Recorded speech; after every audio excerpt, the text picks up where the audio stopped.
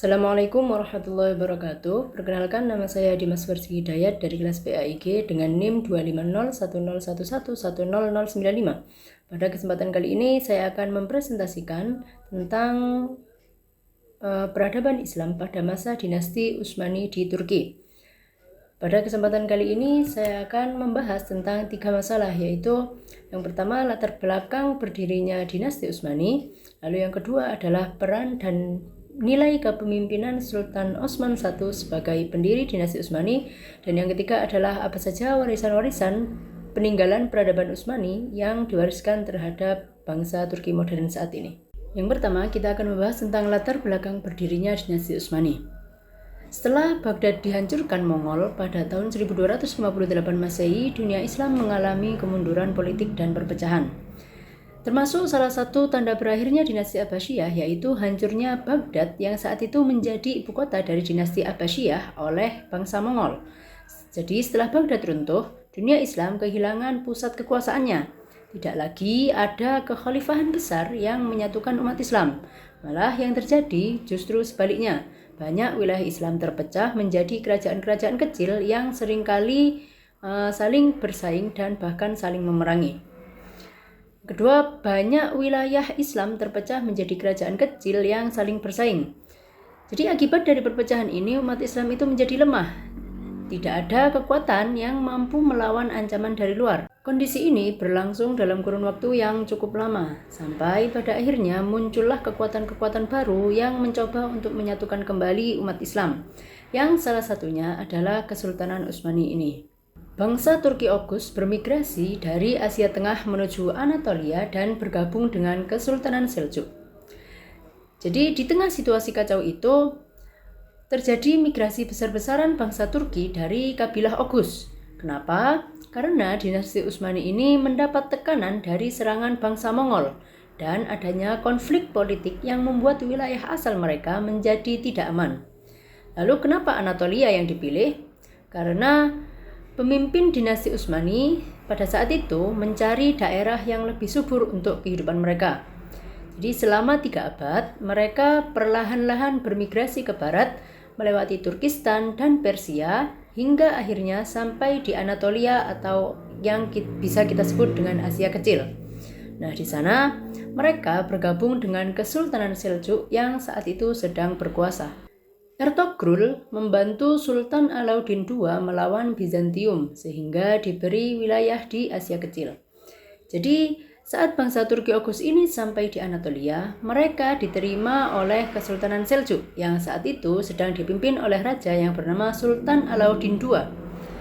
Pada saat itu, Kesultanan Seljuk juga sedang di bawah tekanan perang melawan kerajaan Bizantium, sehingga Ertugrul menawarkan bantuan kepada Kesultanan Seljuk. Nah, berkat bantuan dari Ertugrul dan bangsa Turki Oghuz inilah Sultan Alauddin II berhasil meraih kemenangan atas kerajaan Bizantium. Nah, sebagai hadiah, Sultan Alauddin II memberikan sebidang tanah di Asia Kecil yang berbatasan langsung dengan wilayah Bizantium. Wilayah tersebut kemudian menjadi cikal bakal berdirinya dinasti Utsmani. Tanah hadiah inilah yang menjadi benih awal berdirinya kerajaan Utsmani. Dari wilayah kecil ini, perlahan-lahan mereka membangun kekuatan.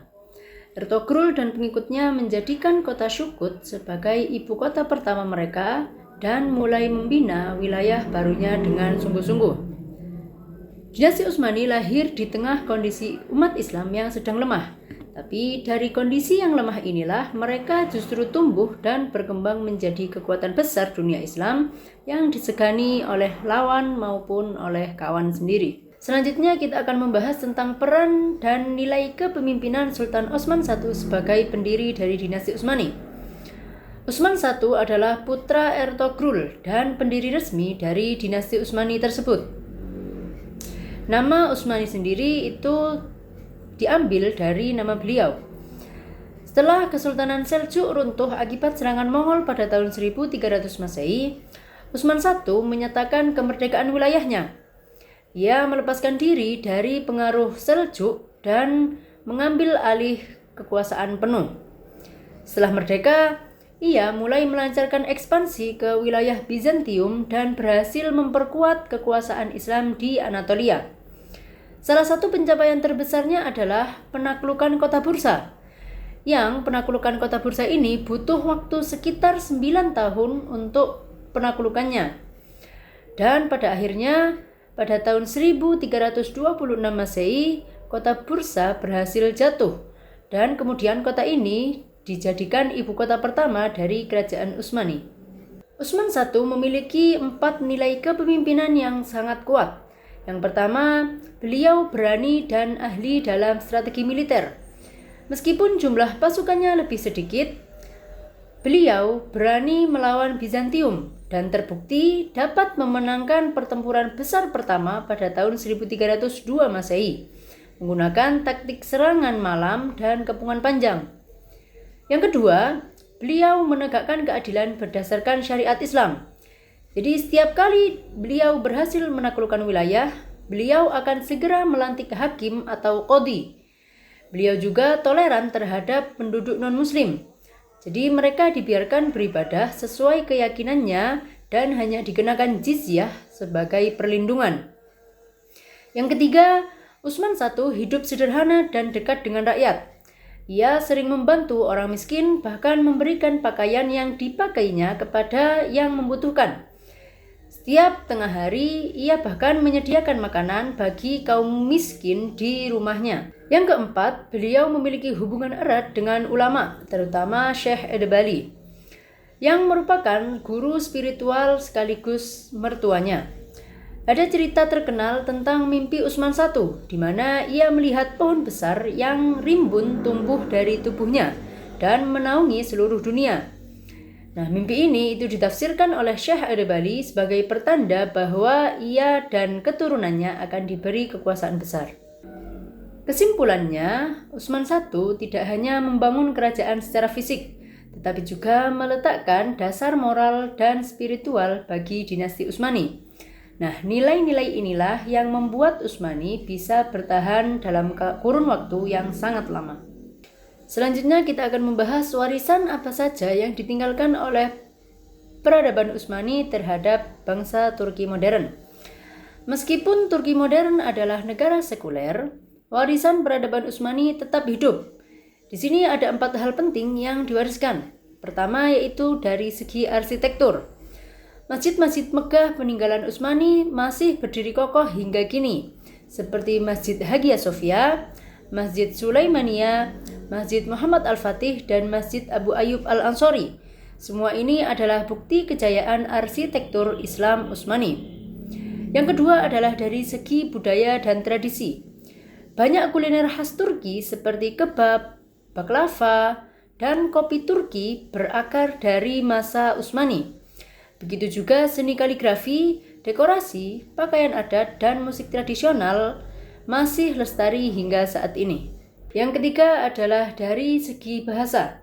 Meskipun Mustafa Kemal Atatürk sebagai presiden pertama bangsa Turki modern telah mengganti huruf Arab menjadi huruf Latin, ribuan kosakata dari bahasa Arab dan Persia yang masuk melalui era Utsmani masih digunakan dalam percakapan sehari-hari.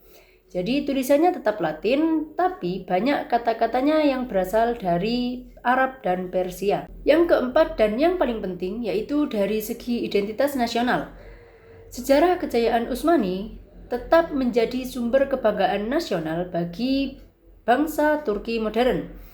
Figur-figur seperti Sultan Muhammad Al-Fatih dan Sultan Sulaiman Al-Qanuni tetap dihormati sebagai pahlawan nasional.